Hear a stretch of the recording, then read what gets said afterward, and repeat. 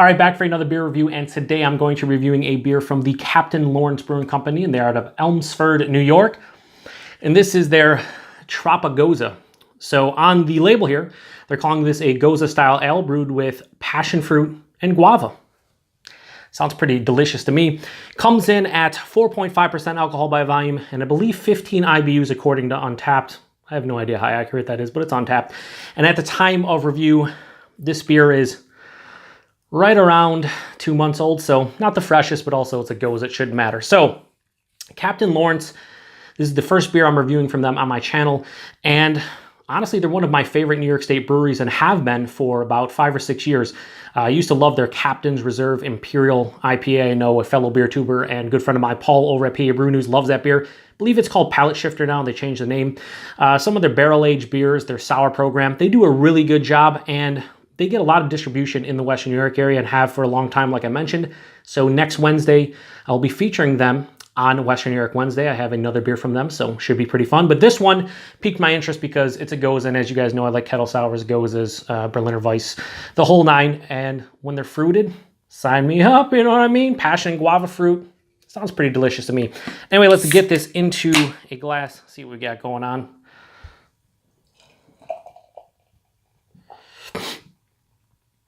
So, you know, still summertime, still warm out, so hoping this kind of hits the spot. So this pours out like a golden straw color. Almost looks like a Pilsner, honestly. There's a little bit of haze in there, but yeah, golden straw color.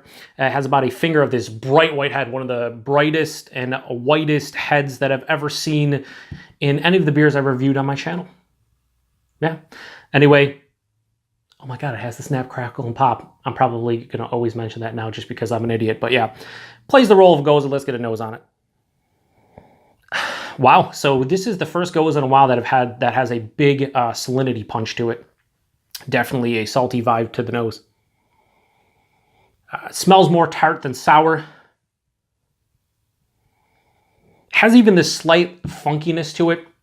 And the fruitiness in this beer is coming off more as like a lemon peel, orange peel type of thing. Almost like a tart slash bitter kind of component to it, more so than like, here's guava. You know, they say passion fruit and guava. I love passion fruit. I really like guava. Not really picking that up in the nose too much. Feels like there's going to be a decent acidic bite to this one. But really doesn't smell overly complex. It really doesn't. Little slight sweet breadier malt underneath everything. Big salinity punch, a little bit of like lemon and orange peel, a little bit of funkiness, and that's really it. It doesn't smell bad, it just doesn't smell like there's any fruit added to it. But anyway, we'll see what the taste has to offer because that's all I really care about. So cheers, everyone.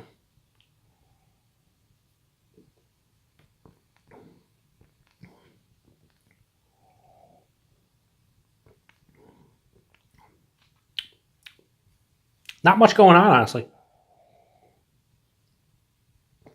I apologize if you can hear the rain out. There might be some thunderstorms, so we'll see. But yeah, this is very just, it's all right. It tastes like a solid Gose, but I'm not really picking up on the passion fruit or guava. I don't know how much they're using, but the first thing that hits you is there's a nice tartness. There's a little bit of an acidic bite on the finish. That bready malt's actually a little bit bigger, almost like a bready. It almost has like a Pilsner malt vibe to it where it's crackery and more biscuity than bready. I said bready, but more like crackery and biscuity. 4.5%, super thin, like light to higher side of light body. Mouthfeel crisp, clean. Very clean, actually. There's no kind of lingering flavors going on. But I always like to say this when I'm drinking a beer that, you know, there's not a lot going on in it. And there's not a lot going on in this one, so I'm not going to BS you.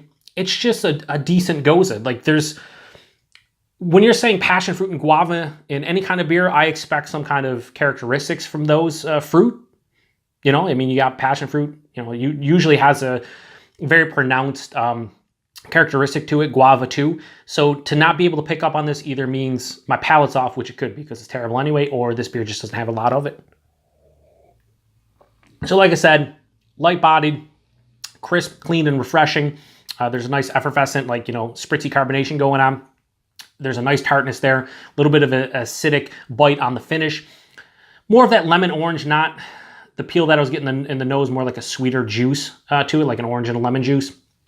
And maybe a touch of funk and that biscuity, crackery malt component. Aside from that, there's literally nothing else going on in this beer. Yeah, this is a nice summer crusher in terms of I could drink a bunch of these and not get sick of it or whatever. But I think this can was like $3.50, $4. You're using Passion Fruit and Guava. I'm not picking up on it. So as far as a rating goes for the Tropigose from the Captain Lawrence Brewing Company, I'll give it a 3.25 out of 5. It's okay. It's solid, but when you're given when you're on the label posting and saying there's certain fruits in here and I'm not picking them up and like almost at all, then I get a bit disappointed. That said, it's not a bad beer. It's just I want more from it. So 3.25 out of 5 for Tropigose from Captain Lawrence. Appreciate you guys stopping by for another beer review here on the Beer Patrol, and hopefully you guys are drinking something a bit better than me. At least I hope so. Anyway, till the next one, cheers.